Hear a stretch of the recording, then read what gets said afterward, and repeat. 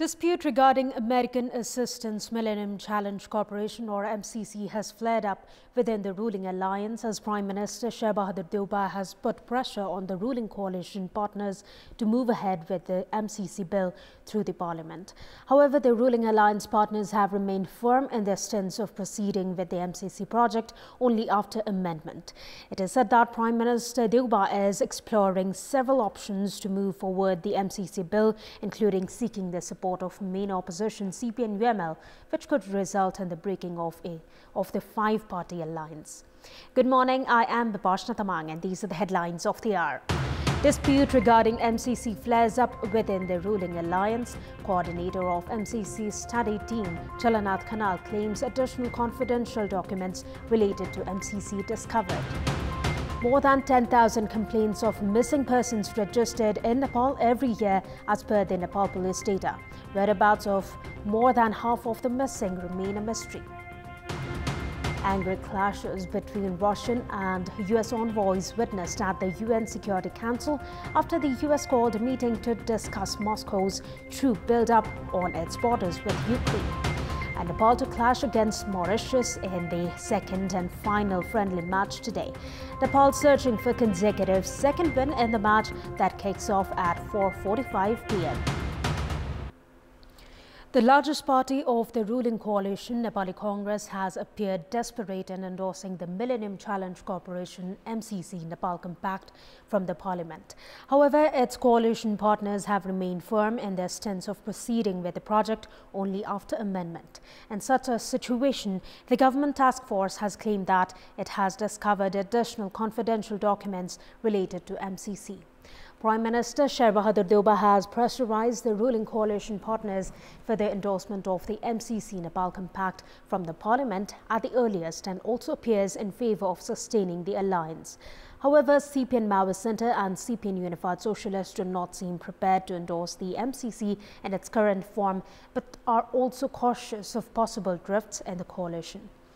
Nepali Congress appears to be in favour of presenting the MCC at the parliament and compelling the coalition partners to agree for its endorsement in the presence of opposition CPN-UML. UML, which was in favour of the endorsement of the compact while leading the government, is currently playing quiet. The $500 million compact between Nepal and the US government's Millennium Challenge Corporation MCC was signed in September 2017 and registered at the parliament 2 years later. The project continues to grow contentious as the political parties have been tailoring their definitions of the compact based on their own interests. Statistics show that more than 10,000 complaints of missing persons are registered in Nepal every year. However, not even half of them are found. In addition to the information about the organization structure and notices, the official website of the Nepal Police also includes the details of missing persons, including their photographs. Considering the information on the website of the Nepal Police and their data on complaints filed, the number of missing people in Nepal is alarming. It has been learned that 5,000 to 11,000 people go missing in the country. As per the police data, a total of 34,809 complaints have been filed by the family members of missing individuals in the past 3 years. Of them, only 13,400 have been found, which means the whereabouts of more than half of the missing remain a mystery. Even the police are unaware about the status of those still missing. Most of those missing are women. Of the 5,000 missing since July, 1,000 are children, most of whom had gone missing from Kathmandu. Serious questions are surfacing as a large number of people are going missing despite the easy access to communication and information. On the other hand, the number of those missing remaining high might also be a consequence of the family members failing to report the return of their previously missing. Police have suspected human trafficking as one of the possible causes or involvement in other illegal activities as reasons for the increase in missing people. It is imperative for the government and the public to remain alert and aware in this regard. Ministries are being expanded in Province 1 to serve the political power share. The meeting of the Provincial Council of Ministers has decided to take the number of ministries to 12 from 7. The ministerial portfolios are being expanded because of the presence of many aspirants from the five-party ruling alliance. Yesterday's meeting of the Province 1 Council of Ministers has formed 9 ministries from the Ministry of Land Management, Agriculture and Cooperatives, Physical Infrastructures, Social Development and Industries, Tourism and Forests and Environment. Meanwhile, the province government has kept the office of the Chief Minister and the Council of Ministers, Ministry of Internal Affairs and Law and the Ministry of Financial Affairs and Planning intact. And in our Public Voice segment, we had asked the residents in several provinces regarding their opinion on the trend of expanding ministerial portfolios. Let's take a look at what they had to say. Public Voice. आफूलाई स्थापित गर्नको लागि चाहिँ मन्त्रालय फुटाउने दल फुटाउने यो कुराहरु भइरा हुन्छ तर यो देश र जनताको आवश्यकता चाहिँ होइन राजनीतिक भागवण्डाको लागि मन्त्रालय टुक्र्याउनु भनेको जनताको वित्तीय भार बढाउनु हो यो मात्रै आफ्नो कार्यकर्ता पाल्ने चाहिँ एउटा ट्रेन्ड देखिएको हो जनता र देशको लागि एकदमै अहितकर दुर्भाग्यपूर्ण र व्ययभार बढाउने कार्य जस्तो मलाई लाग्छ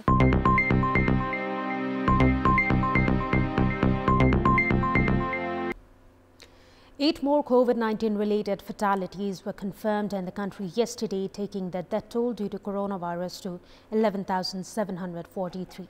According to the Ministry of Health and Population, 3,472 new cases were confirmed yesterday through RT-PCR tests, with 8,191 discharged and recoveries. Active cases has now dropped to 79,272 in the country. The recovery rate stands at 90.5% with case fatality rate at 1.3%. 288 patients are undergoing treatment at intensive care units while 50 are on ventilator support. The Nepali share market witnessed several fluctuations in the 7 months of the ongoing fiscal year. While investors have suffered losses, the government has generated a huge amount of revenue. With investors losing 88 billion rupees in the 7 months, the government has earned 8 billion rupees. The Nepal Stock Exchange NEPSE index has reached 3,208 points on 19th of August, but had dropped to 2,295 points by 13th of December. The index has now reached around 2,800 points. Higher interest rates on deposits from banks and liquidity crisis have attributed as reasons for the drop in the index.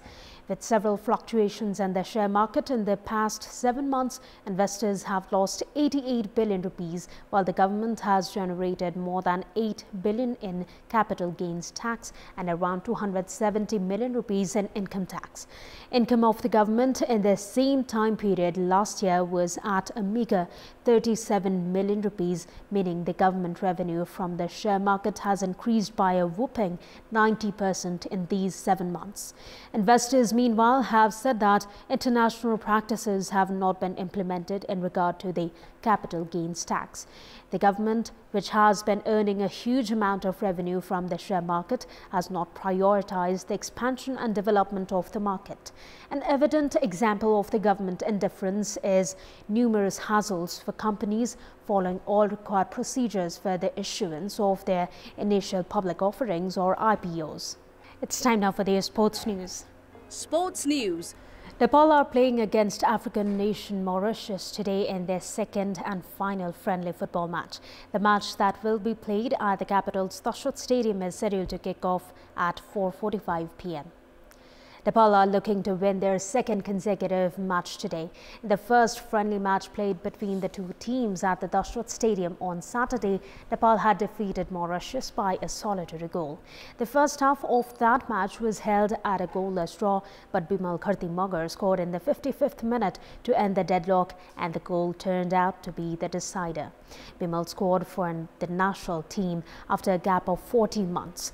Team Nepal's head coach Abdullah Al-Mutairi had announced 2 separate teams for the 2 friendlies against Mauritius. Head coach Almatari has made 2 changes from their last team for today's match.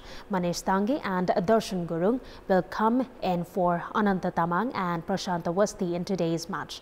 Manish was a reserve player in the last match. Ananta will not be playing due to injury, while Darshan Gurung is making a comeback from injury.